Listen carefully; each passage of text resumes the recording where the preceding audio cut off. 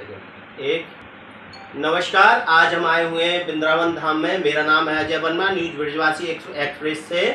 हमारे महान महान महान कथावाचक संत श्री अंकुर दास जी महाराज, जिनकी चर्चा हमने काफ़ी दिनों से सुनी थी, काफ़ी लोगों से इनकी महानता के किस्से सुने हुए थे। काफ़ी लोगों ने महाराज जी की कथा की महानता, महाराज जी के बारे में बताया हुआ था।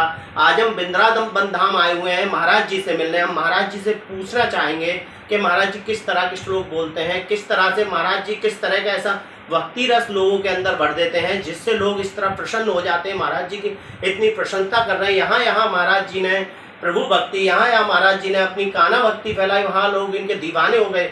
और महाराज जी का कहना है कि महाराज जी यहाँ जिस लोग किसी भी तरह का पीड़ित इंसान हो, दुखी इंसान हो, परेशान इंसान हो, या फिर जिसको किसी भी तरह का कष्ट हो, महाराज जी के पास आके उसके कष्टों का निवारण हो जाता है। हम एक बार महाराज जी से पूछना चाहेंगे, संत श्री अंकुर दास जी महाराज, जिनका निवास स्थान वृंदावन है, तो अंकुर दास जी महाराज से हम बात करना चाहेंगे कि महाराज जी किस तरह के कथावाचक हैं, महाराज जी किस तरह की कथावाचक के पाठ करते हैं, और महाराज जी क्या क्या विशेषता है जो इतनी बड़ी मात्रा में जनता महाराज जी के पास आती है, इतने श्रद्धालु महाराज जी के पास आते हैं और महाराज जी के दर्शन पाते हैं। पहले तो महाराज जी, मेरा नाम अजय वर्मा है और हम यहाँ पे आए हुए हैं। काफ़ी लोगों के, हम बाहर से आ रहे थे, काफ़ी लोग जा रहे थे, काफ़ी लोगों ने बताया कि महाराज जी इस तरह की कथा के वचन करते हैं। महाराज जी के कथन में एकदम अमृत है महाराज जी के वचनों में। और महाराज जी आप किस तरह का पाठ करते हैं महाराज जी?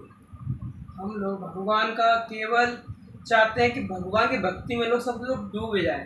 हमारा केवल मेन लक्ष्य एक ही है कि लोग जो गलत चीज़ों, गलत आचरण पड़े हुए हैं, गलत संगत में पड़े हुए हैं, हमारा केवल एक ही मानना है कि लोग गलत संगत से छूटें, हरी चर्चा में लगेंगे तो अपने आप उनके घर में कलेश शांति होगा और लोगों को पूर्व भक्ति में आनंद जो आता है वो आनंद जब भी आएगा तो हमारा दुष्ट संग हटेगा। कहते हैं रामचरितमानस में आया है, दुष्ट संग ना दे विधाता जास हुए नरक को बासा।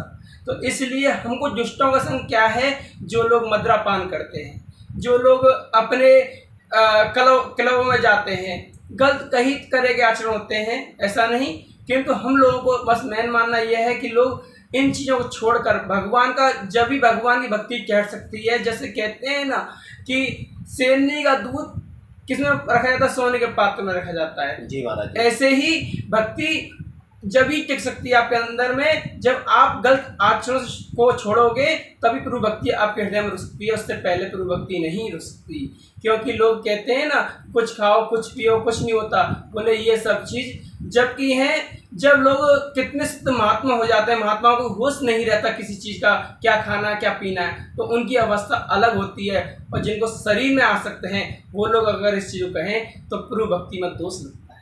इसलिए हम लोग चाहते हैं कि प्रभु भक्ति को प्रभु भक्ति ही मानकर प्रभु भक्ति करो और अपने जीवन को बस प्रभु भक्ति के लिए मत जियो। हम कहते हैं अपने लिए जियो, तो अपने लिए जब ही जी पाओगे। कहते हैं अगर कोई वस्तु खरीद कर लेकर आओ तो उसकी गारंटी लिखी होती है कि इसकी इस चीज़ की गारंटी है। बोले क्यों गारंटी है इसकी? क्योंकि आप हमारे नियम पे चलोगे तो हमारी इस चीज़ की गारंटी है। अगर आप हमारे नियम पे फॉलो नहीं करोगे तो हमारी कोई गारंटी नहीं है।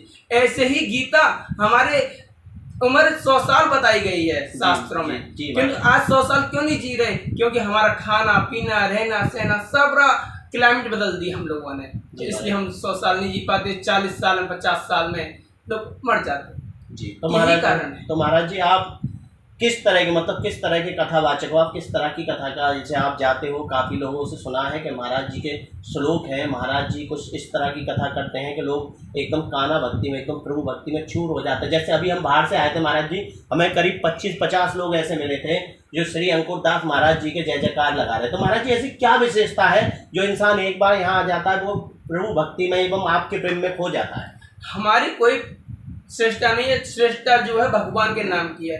हम लोगों का किसी से कोई स्वार्थ नहीं है, हम किसी स्वार्थ से किसी को कथा नहीं सुनाते, किसी से हम कुछ लेते नहीं है। केवल हम तो केवल भगवान, हम तो ये चाहते हैं जो लोग आए हैं तो उनको गुरु भक्ति में लगे, केवल इसी को लेके वो चलते हैं। हमारा कोई किसी से, हमारा 1% लोभ हो तो हमारी कथा कोई असर नहीं करेगी। हमारा लोभ नहीं है किसी से, हम निस्वार्थ कथा करते हैं।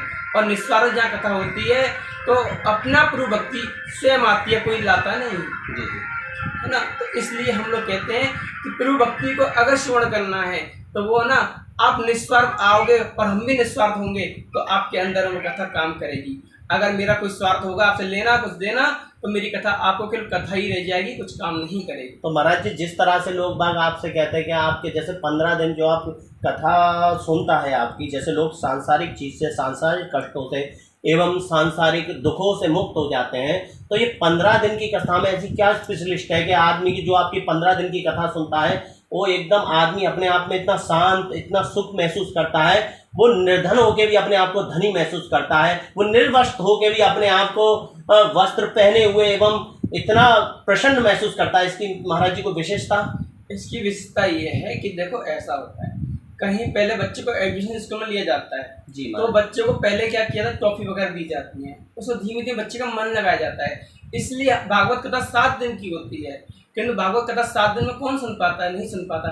तो पहले क्या 7 दिन हम रखते हैं उनको केवल उसका क्लैविट बनाने के लिए, जिससे लोग को क्लैविट बन जाए।